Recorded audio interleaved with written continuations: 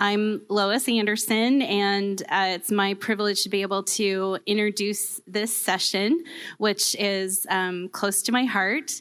Foster care and adoption, an important part of living our pro-life ethic. And we're joined today by Ryan Maynard, who has in the past with his wife Jocelyn been a part of a panel discussion on foster care and adoption. And I called him up earlier this year and I was like, Ryan, I always feel like you have more to say. So how about if we give you your own workshop? So that's how we came up with today. And I'm really happy to have Ryan here. And he's joined by one of his sons, John Paul. And so why don't you come on up, Ryan, and thank you for spending the time with us today and presenting about this important topic. Oh, one more thing. The evaluation forms. We didn't put on there what the scale is. 1 is low, 5 is high. There you go. Thank you, Ryan. Well, hello, good morning. I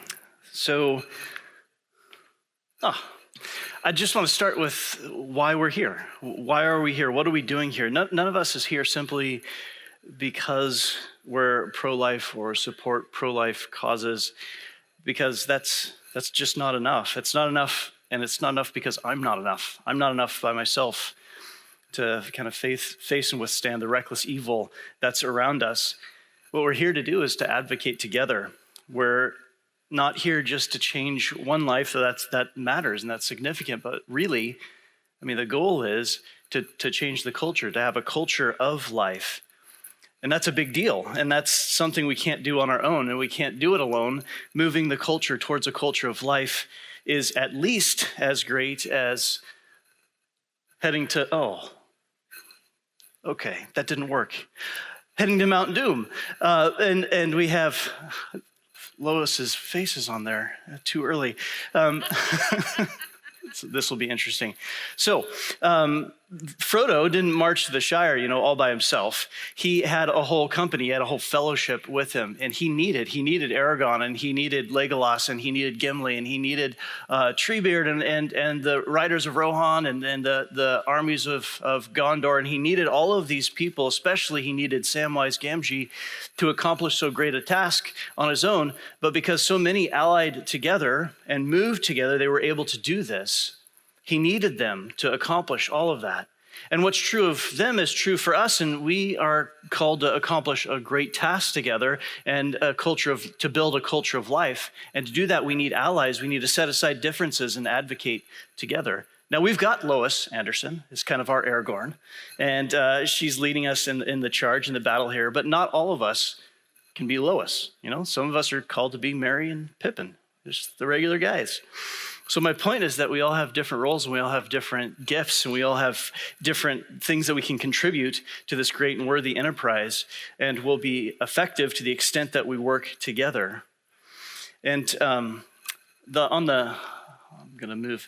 the sheet, it says that it's Jocelyn and Ryan presenting tonight, and obviously, very important. The most important half is not here. She couldn't be here today. She's not feeling well. I'm sorry for that. She presents some of this much better than I do. But if I were you, I would demand at least half your money back for this particular session. Anyway, pray for her. She's not feeling too good.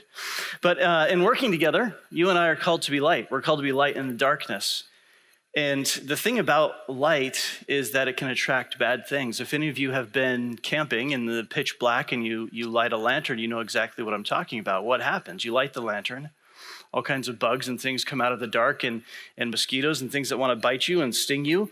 And for us, that biting and stinging is discouragement, and that biting and stinging is outrage. We're discouraged by what's going on around us. We're discouraged by family or friends or coworkers to continue building a culture of life. We're outraged by the state of the world. We're outraged by the governor, the state, or the Congress, the president, whatever, entertainment industry. The danger is living in either of those places, living either in discouragement, which leads to despair, or living in outrage. The temptation is to step out of the light, where we're less likely to get bit and stung and harassed, or even worse, to turn off the light altogether and contribute to the darkness around us. But my friends, we can't do either of those things. We can't do either of those things. And why? Because light may attract bad things, but it also can save lives. Literally, you think about a lighthouse, and you are a lighthouse. You're a lighthouse here and in your family and in your community and in your church and in your work. You're a lighthouse, and not everyone is going to listen to you. Not everyone will heed what you're saying, and that's okay, but some will. Some will listen, and some will heed what you're saying. You know, if you and I advocate together, we can at least lead some people away from danger and some people towards safe passages. You know, I had this written down. Dr. Toffler just said this in his last presentation too, that Mother Teresa called us to be faithful, not successful. She said that God calls us to be faithful, not successful. So how is God calling you? How is God calling you right now? How is God calling you to build a culture of life? Is it through foster care or adoption? Is it through something else? Whatever it is that you're being called to, be faithful to that, because the only real success is faithfulness. So I want to tell you a little bit of our own story and how we got here. I teach my kids not to brag. Well, I try to teach my kids things. I try to teach my kids not to brag. And I also try not to brag, but I'm going to brag a little bit. I'm married to the most amazing, strong, long-suffering, faithful person I know. I've been loved by my wife, and that has changed me, and it has helped me to become the person that I am today. And it's totally because of her love and her fortitude that we have the family that we do today. Our children, the children I love so much, are only in our home because she loved them so much before she ever knew them, before she ever met them. So yeah, Jocelyn's pretty much awesome.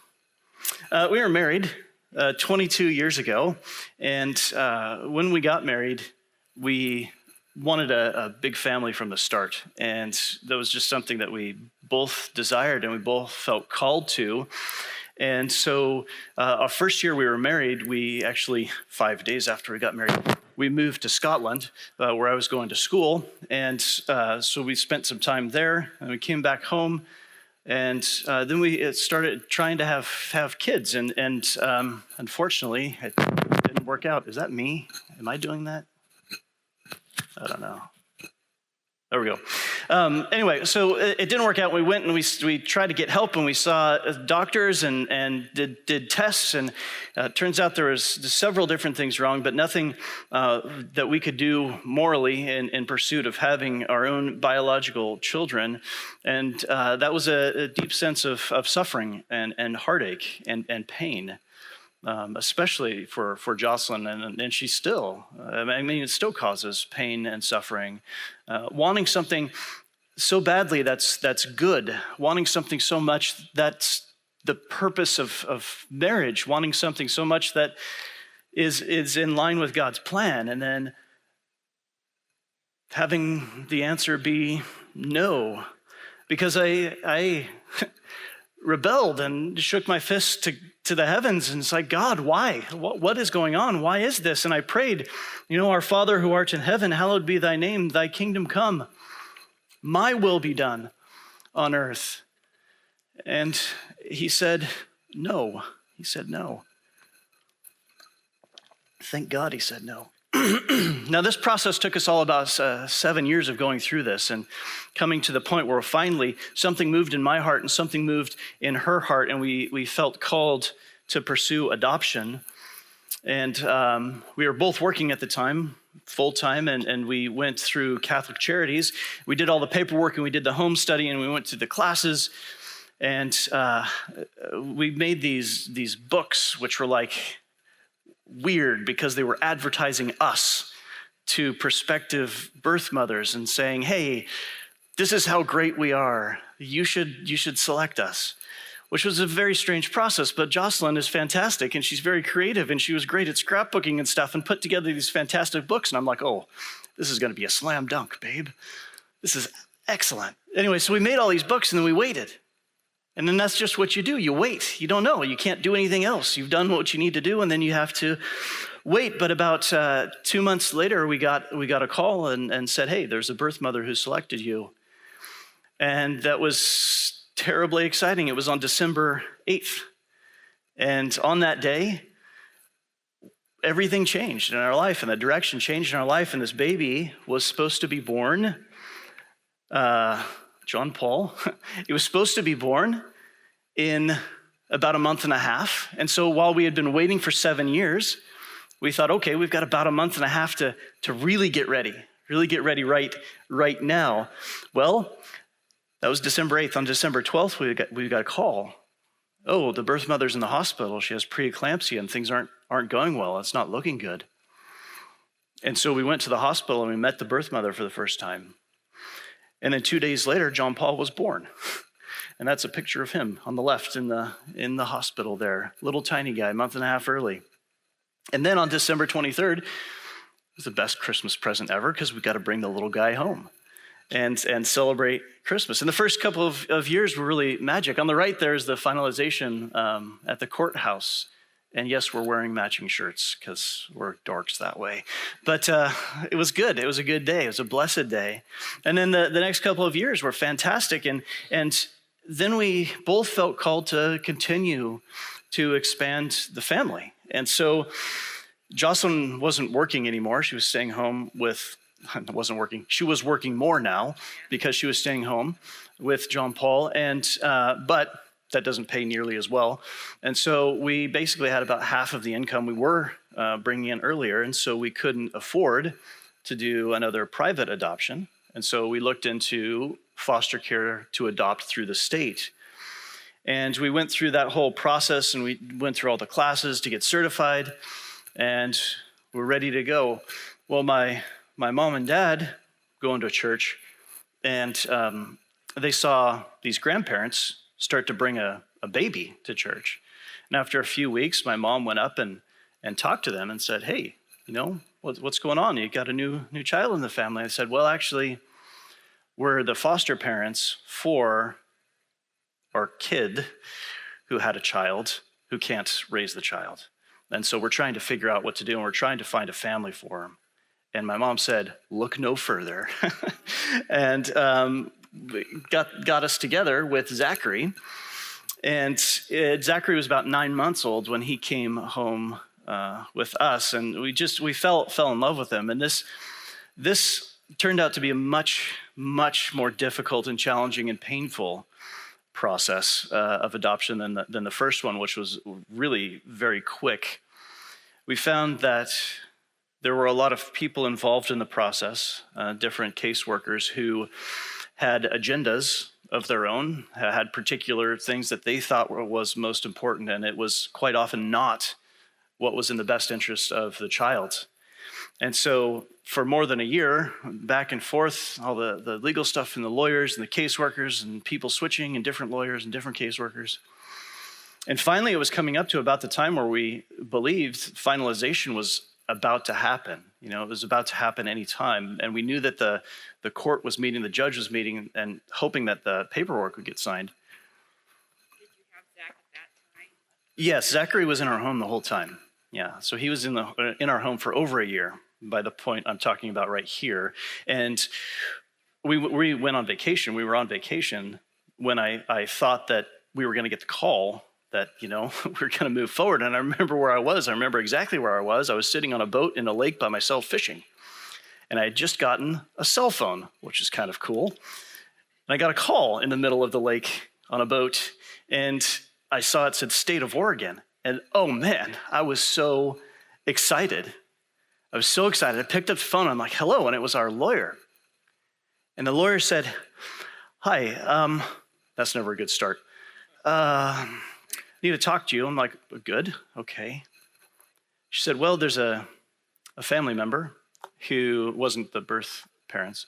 There's a family member who is accusing you of messing up the legal part of the process. And she wants to start the process all over again and wants Zachary to be placed with her and not with you. And I didn't know what to say.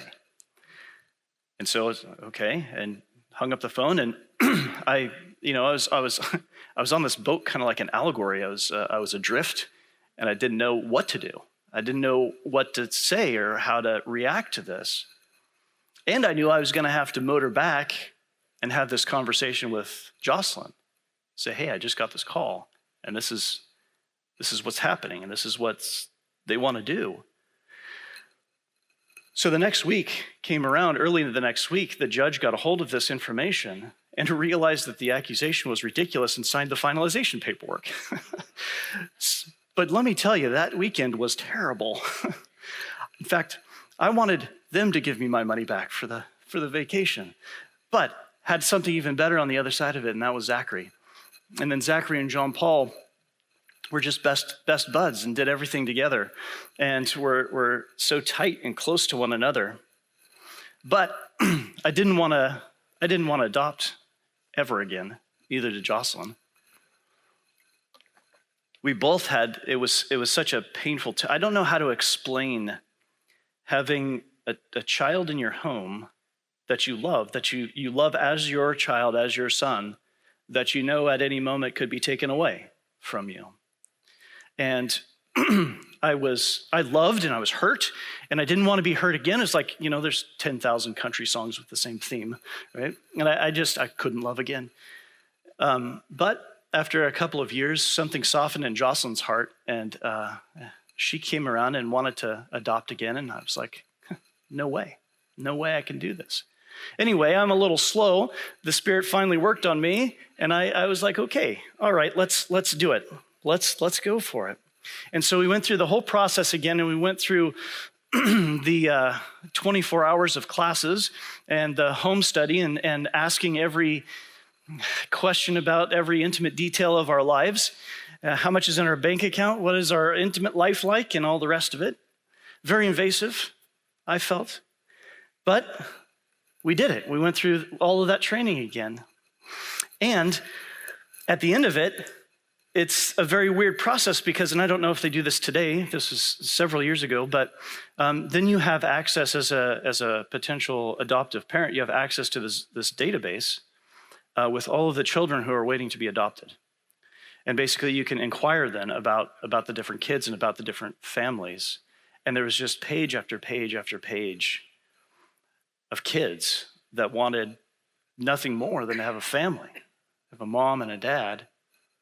And as we were flipping through, I came across this picture, and I paused and I stopped and I was like, this is it. This picture is grainy and it's blurry, and it's my favorite picture in the world. I looked at this picture and I thought, these are the kids. I just knew it, so did Jocelyn. And it wasn't because Sam is on the right. It wasn't because this happy, grinny, smiley baby, and he's still a happy, smiley, grinning kid. That's just how he is. But it was because of Isaiah on the left. I looked at his eyes, and this kind of faraway, distant look, sad. And I thought, that's somebody who needs a father. And Jocelyn looked through the stuff also, and she stopped on the same image and thought the same thing. And we both felt very called to these particular kids. And so we met them, and it was a very different experience from the experience with Zachary, because they were placed in a foster home from the time Isaiah was born, who was 2 when we met him, and Sam was 1. And they were in the same foster home the whole time. And these foster parents were saints. I love them. One of them is in heaven right now. One is still alive here. They were in their late 70s when we met them. And during the course of their life, they had over 300 foster kids through their home. And they had adopted several of them. Just phenomenal people. Love them to death. So we finalized with these two on March 20th, which was great because I was teaching and it was right before spring break. I'm like, hey, perfect. And we bring them home.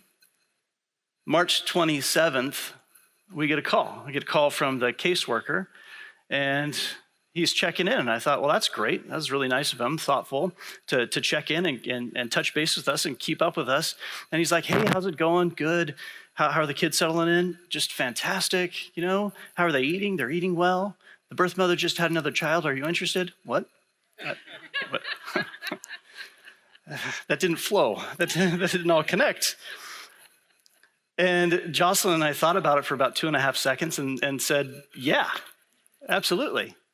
And so 3 months later, Micah came home to us. And about a year after that, Miriam was born. Got a very similar call. And so we, the timeline was 4 new kids in 15 months. So we went from 2 kids to 6 kids. And if you're doing the math, that's a lot of kids all at once. So we graduated to a bigger garbage can, which was exciting. When I went to Costco, the massive proportions of food, they started to make sense. As like a 3-gallon jug of peanut butter. Well, yeah, I don't want to come back tomorrow, It all made sense. And so our oldest now is a freshman in high school at the Chesterton Academy, and we homeschool the other kids. 3 years from now, we're going to have 5 teenage boys in the house all at the same time. So yeah, pray for us.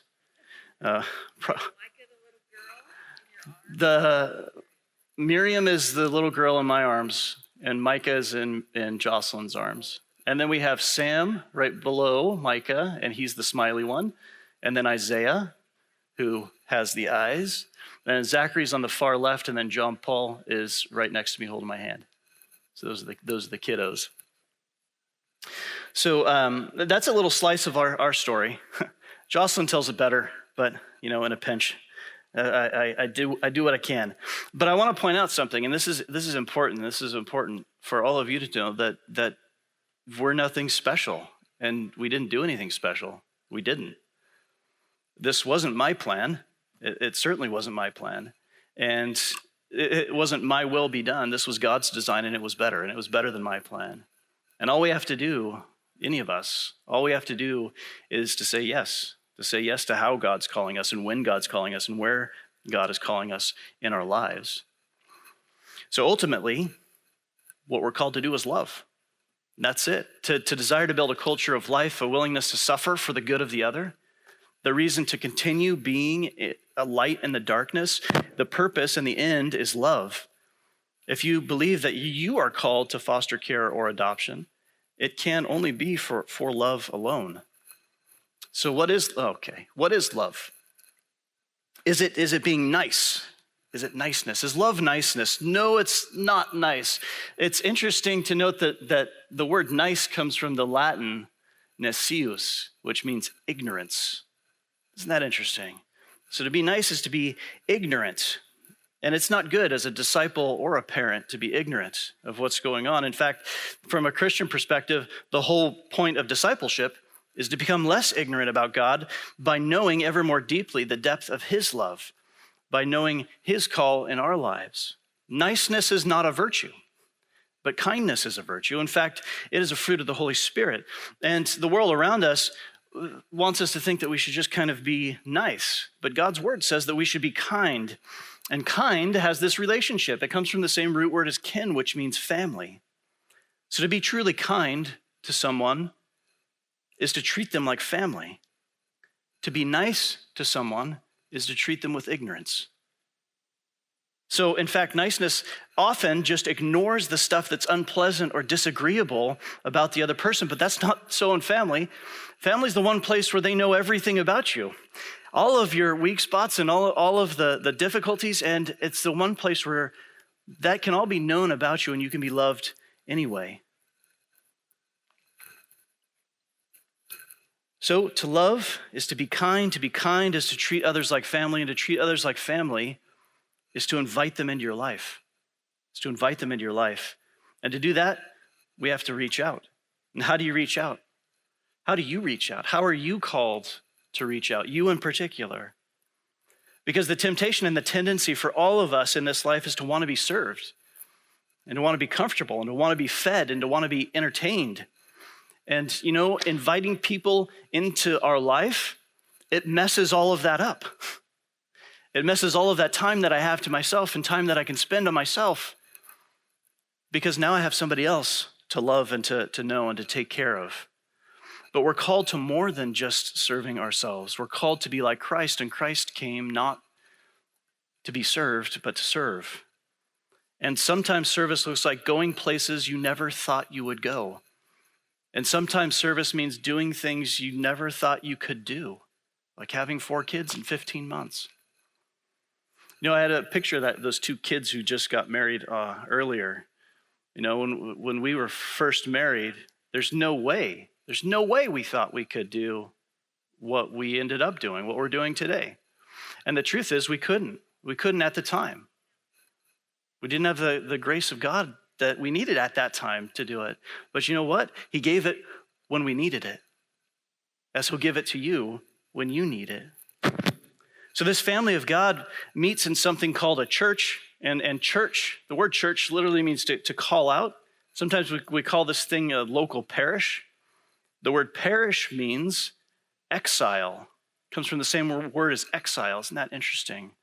So what are we? What are we then when we gather together? We're a church called out. We're a parish. We're exiles. So we're called to be a family of exiles together. Now, if I think in those terms, that changes things. That changes how I see other people. That changes how I see my community. That changes how I see people in need. Because if you and I, if we are exiles, then we're not at home.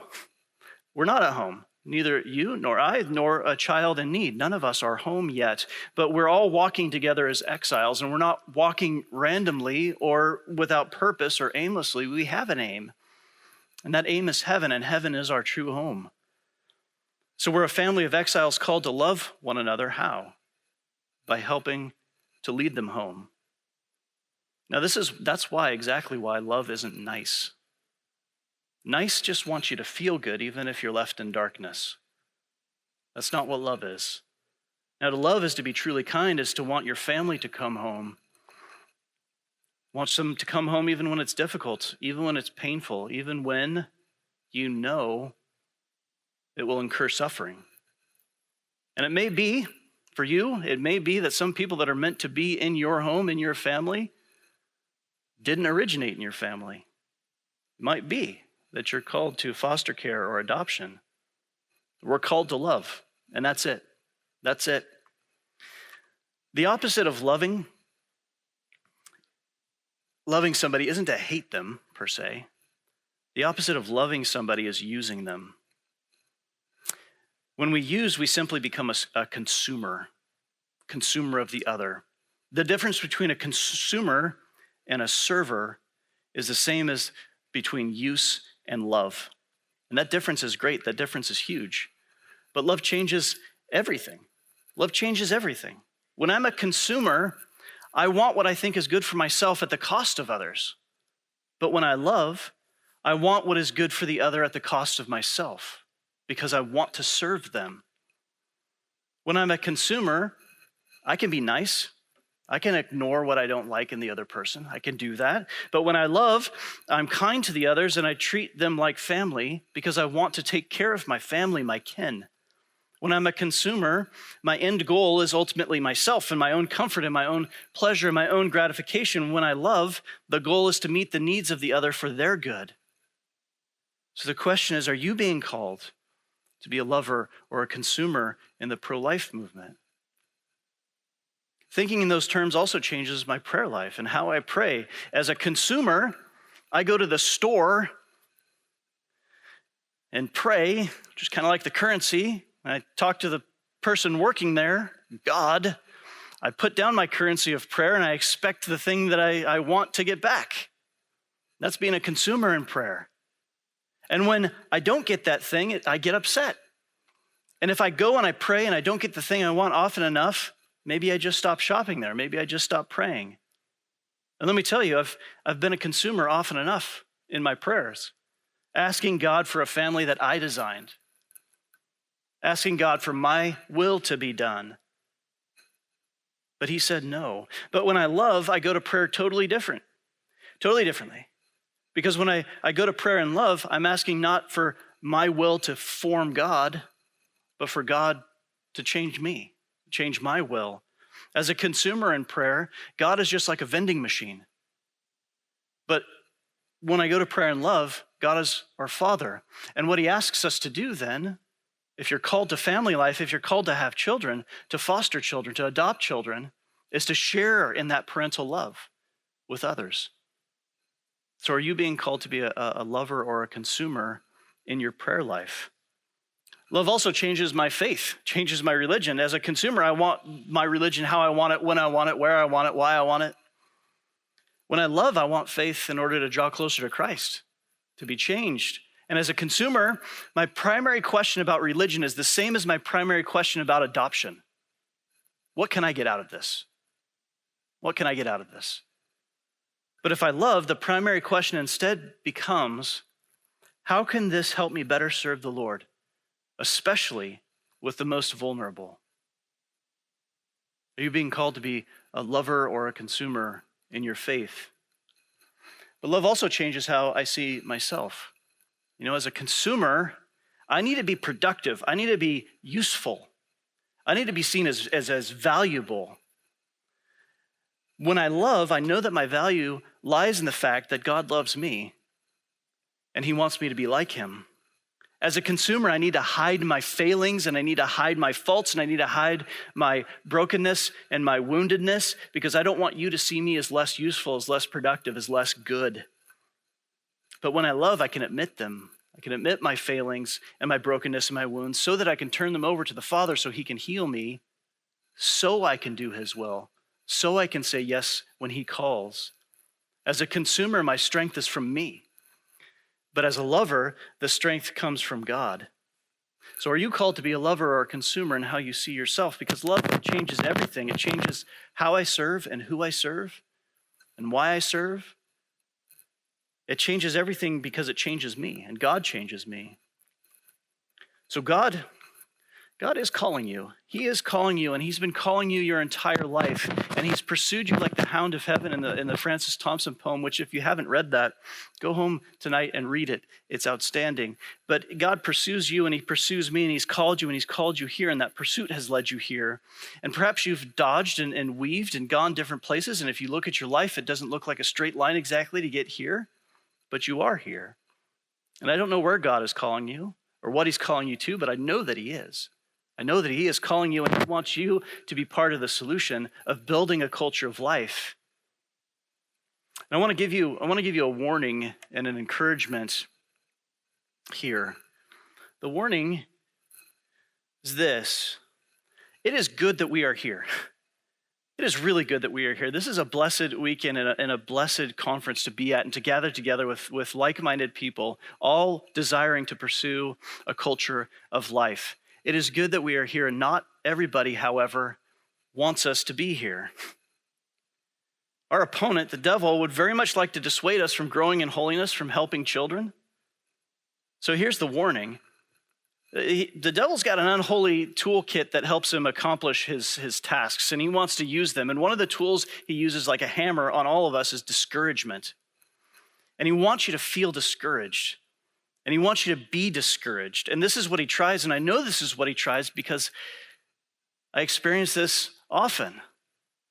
And it sounds something like this: hey, Ryan, you're not good enough. You're not holy enough. You can't do this. Hey, why didn't you start making some of these choices and these decisions sooner in life? Why are you waiting until now? Hey, Ryan, you are a hypocrite. Well, there's a lot more, but these are the big ones that are used for discouragement. And he's called the father of lies because he's really, really, really good at lying. And the way that he's good at lying is because he weaves within his lies a little bit of truth. There is a little bit of truth in all of these. But here's the encouragement, and it's a response to his lies. Okay, Satan, yes, you're right. I'm not good enough, and I'm not holy enough, and I can't do this on my own. If you're thinking about foster care or adoption, this is the discouragement that he will use most often against you. And it's also the easiest to believe about yourself. Maybe I just can't do this. I'm just not good enough to do this. But thanks be to God that he loves me and he loves you and he wants to draw us to himself. And if he's calling you to foster care or adoption, he will give you the grace to get there. He'll give you the grace to do what he's calling you to do. And if you open your home to a child, if you are truly kind and treat another like kin, like family, he'll give you the grace to do that. But the truth is that we're not enough. We're not enough. On our own, we're not enough. And we all need help. We all need a Samwise. I hope you all have one. We all need each other. Next, I should have started doing some of this stuff sooner. Well, okay, that's also true. But you know what, Satan, I can't go back. I can't go back and undo what's done. And neither can you. Right? But that's okay, because I follow God. And when God spoke to Moses, and he revealed himself to Moses, and Moses is like, who are you? Who should I say is sending me? God didn't say, I was. No, he revealed himself as I am. He's the God of the present. He's not the God of the past. He doesn't live in the past, and he doesn't want us to live there either. He wants us to live in the present. He wants us to make changes in our life right now, to say yes to him right now, today. So what change is he calling you to in your life, in your own family? It's okay to say yes. It's okay to say yes to that. And finally, the hypocrite thing. Yeah, I am a hypocrite. That's true. G.K. Chesterton wrote about hypocrisy. He said, it's an attempt to remedy a mistake without admitting it. I love Chesterton. And he goes on to say, one is tempted to say, St. Peter denied his Lord, but at least he never denied that he denied him. Okay, I am a hypocrite, but I'm a hypocrite in the style of St. Peter, not Judas. I know that I am disinclined to admit my mistakes, but I'm also a Christian, and so an essential part of my religion, an essential part of my faith is to admit my mistakes, my hypocrisy, to confess my sins regularly. I confess to Almighty God and to you, my brothers and sisters, that I have greatly sinned. And by the grace of God, you and I can grow in our relationship with him and ideally become less and less hypocritical. And then we can do exactly what he called Peter to do right at the end, right before the ascension into heaven. What did he do? He looked at Peter. He's like, you just denied me 3 times, and I'm asking you, do you love me? And he's like, yes, come on, Lord. You know I love you. I love you. Feed my lambs. And he instructs Peter to do that, and he also tells us to do that too. And we can respond to that, and we can take care of and we can love any children that he places in our lives. We can, and we can do this together. Now I need to stop. I need to pause for 2 reasons. One's more important than the other. The first one was to answer any questions that people have. And the second one that's more important is I don't want to make you late for lunch. So if there's any questions on any of that or adoption or foster care.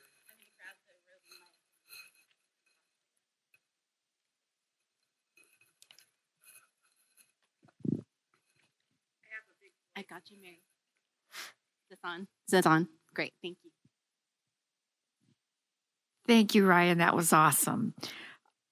From a practical point of view, as our own families become larger, financially, things seem to take care of themselves. But when you adopt, I've heard different things, 20,000, 25,000, and I don't want you to disparage any particular adoption agencies, but why didn't was Catholic Charities that big of a expense, or? Yes. I mean, I'm the Why? sole provider for my family, and the cost is prohibitive for us. Like I can't come up with $25,000 to adopt. Or higher, it depends. And the international costs can be higher than that too. Yeah. It's very, very expensive. Uh-huh. And I'm not saying that disparagingly. That's the cost of it. The reason it costs that much is because they're not the state, our tax money is not going to pay for the whole process of the adoption. I mean, you've got my lawyer, the kid's lawyer, the parents lawyer. You've got a caseworker for them, a caseworker for us, a caseworker for the child.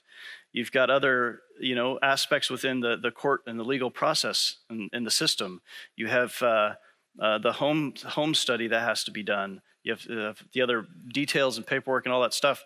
I don't know. I think I think implied in your question is there's an injustice there, and there is.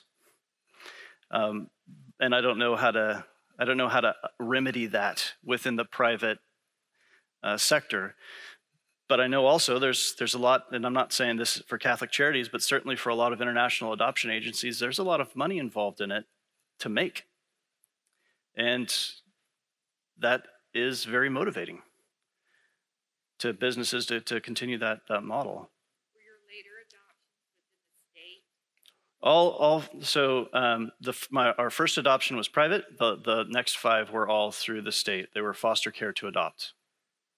So you can be just a foster parent if you want to, if you don't have an intention to adopt, or you can start the process with the intent to adopt a child and declare that, say, I want to adopt a child. And then there are different scenarios and cases within the foster care system. So we were only comfortable with starting that process with children who were already legally up for adoption. They could already be adopted. They've already gone through some of the parental rights being relinquished and things like that ahead of time. And so that's kind of where we were at as a comfort level. But you can also be a foster parent, want to adopt, and not have that restriction to just have any child come into your home. We did what we could do, what we were able to do, emotionally able to do. Hi, is this on? Okay. Hi, we have 6 kids, 1 biological and 5 adopted.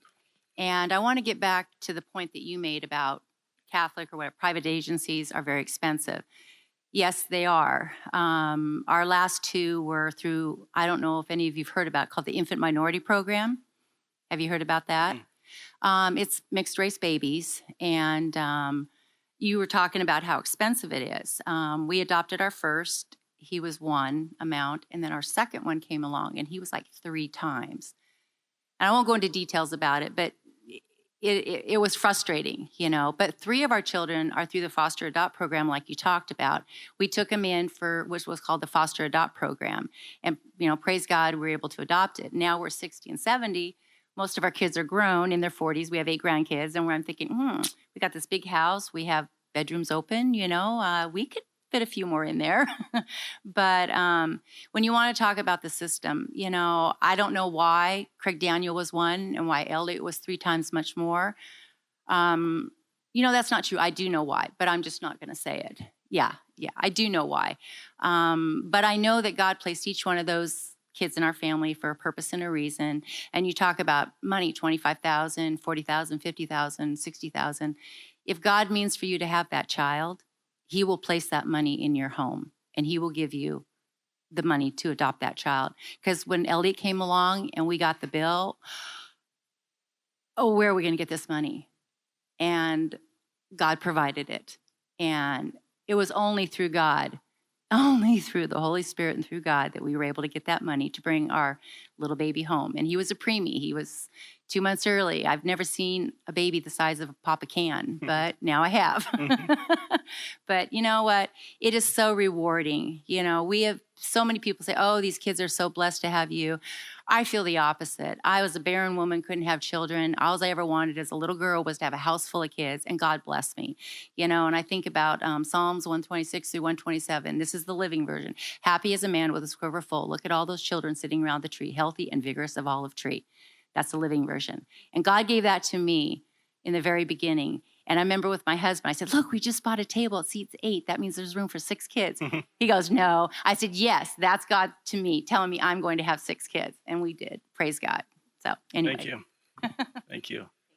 So we had a minivan, which was kind of like a regular sized box of cereal. Now I'm looking at it thinking, how did this even work, getting everybody in there? But we got a 15 passenger van, to your point.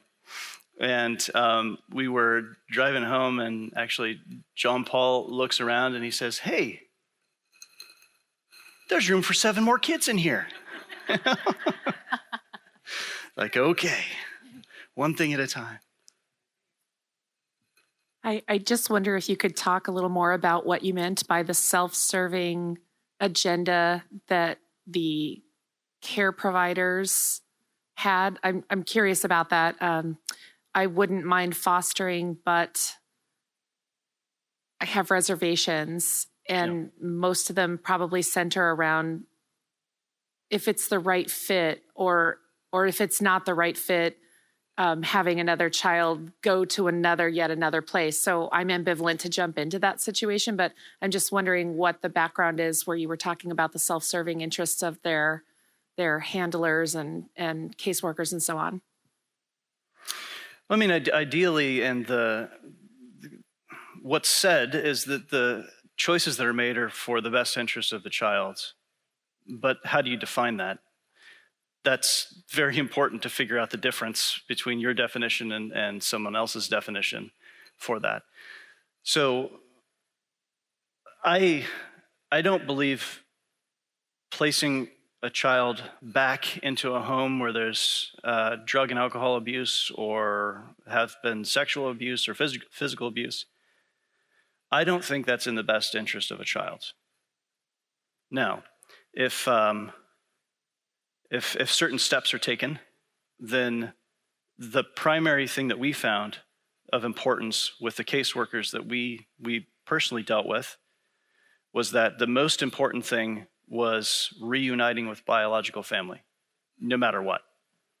Which is why it was so frightening with Zachary, because that was like the most important thing. If somebody, even though this person was not healthy and not stable, knowing that the other caseworkers, not our lawyer and not the judge, thank God, but the other caseworkers all agreed with her and thought, yeah, that the child should go with you because you have a biological relation to the child.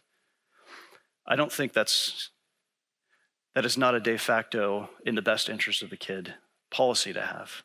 And that's problematic to me. And that was problematic to us. Now, that ended up working in our favor after we adopted Isaiah and Samuel, because Micah and Miriam were full biological siblings. And so because we had adopted them and it had been finalized, we counted as family. So we did have the first kind of, I didn't want to say dibs, but yes, first dibs on Micah and Miriam, because we were already counted and considered biological family for them. So that's tough. As far as having somebody in your home and then, feeling guilty about, maybe it's not the right fit or whatever, that happens, and that needs to be decided among you and your family, and that's okay. It's the worst thing in the world, honestly, going through the database and looking at the kids, because here I'm sitting there, and I hate even saying this out loud. I'm like, I wouldn't pick that kid, but I'd pick this kid. I wouldn't pick that kid, but I'd pick this kid. And it's all kinds of wrong going on inside of there. But at the same time, we had 2 little kids already, and we had particular needs within the confines of our family and what we thought we could do. And we had to make decisions based on those real things in the family. We have some friends who have a teenage daughter who's 15, and they are looking to adopt through the foster system. They just had somebody in their home for a while, and the 15-year-old couldn't handle it. It totally disrupted and broke the whole sort of interrelationship between the parents and the 15-year-old daughter. And so they had to say, okay, we can't do this. And that's okay. It's okay to do. But I think the thing is, the bottom line is, it's not what I want. I mean, that's not what this is about. It's not what's going to make me comfortable or happy or what I'm going to get out of it. But if God is calling you in a particular way to a particular child, you should. Because he will give you that grace and that ability to do what you need to do. And it'll end up blessing your family in ways you can't even imagine. I can't imagine the family without the four little guys in it. You know, I would have never done that. It's always fun when people don't know that I've adopted, though. And I said, yeah, I've got 4 kids that are 15 months apart. And then they start doing the math. How does that work? No, but the bottom line is, Lord, what do you want me to do? And then help me say yes to doing it. But I'm not gonna hide the fact that, yeah, there's a lot of different agendas that are not mine, and there's a lot of different politics that I don't adhere to myself that we had to deal with, and especially in the home studies. We have some other friends who are just going through an adoption, just went through a home study, and we haven't done it in a while, but they were asking all kinds of like transgender questions and stuff, and hey, what if your little girl wants to dress up as a boy or whatever? What are you gonna do? So part of it is being savvy and being wise as a fox in the response, which is, oh wow, I don't know. I don't know. I've never faced that before. What do you think? And they love to talk about what they think, and then you don't have to say, hey, that's absolutely insane, because that was something, honestly, my wife and I were just afraid of constantly. I mean, this like 4 or 5 year period of just fear that because of our beliefs, because of what we thought, like part of the home study interview thing was talking about our circles of friends and different things that we did. And they're like, well, it looks like most of your friends are from or through or connected to your church. I work at a church. And we were like, yeah? And they're like, Starts writing stuff down. And I'm like, well, is that bad? Is that wrong? I don't understand. What's going on? So you're going to face stuff like that that's very uncomfortable. But I think the best thing is be as honest as possible, but also know the game that they're playing. And sometimes you have to accommodate maybe what you'd like to say to the situation. Because I tell you what, I didn't want to lose any of those kids. I didn't lie. We never lied about our beliefs or what we thought. But we also didn't reveal all the stuff that we thought. I don't know if that's helpful or not. I don't want to sound deceptive or encourage deception or anything like that, but you also have to know the game that's being played. We're exiles, exactly. We're not home. One more question, I think. So related to that, did the state ever try to impose any like discipline strategies, spanking, that kind of stuff? Does that go on where there's a list? And yes, spanking is prohibited when, at least in the foster. I mean, they can't do any. There are kids now. They don't have any say as far as the particular disciplines that we have for our kids. But like physical punishment was not acceptable. I don't know. There's a lot of things I don't necessarily agree with all the agendas of the workers that we had. But for example, if the child is like, okay, this is what we're having for dinner, I don't want to eat that. Well, okay, you don't have to, but this is what we're having for dinner. And if you want to miss this meal, that's up to you. Having a kid miss a meal is not going to hurt them. In fact, I think in the long run, it'll probably help them. But that's not something I would ever tell a caseworker, because it sounds bad. Like it sounds like I deprive them of eating. Does that make sense? Like, so there certainly are things that I would say, or I would be more or less candid about. Not to hide anything that you're doing, but just knowing that there's different agendas out there. We do have time for one more. So Ryan, thanks for a moving presentation and for you and Jocelyn's love to your family and witness to all of us.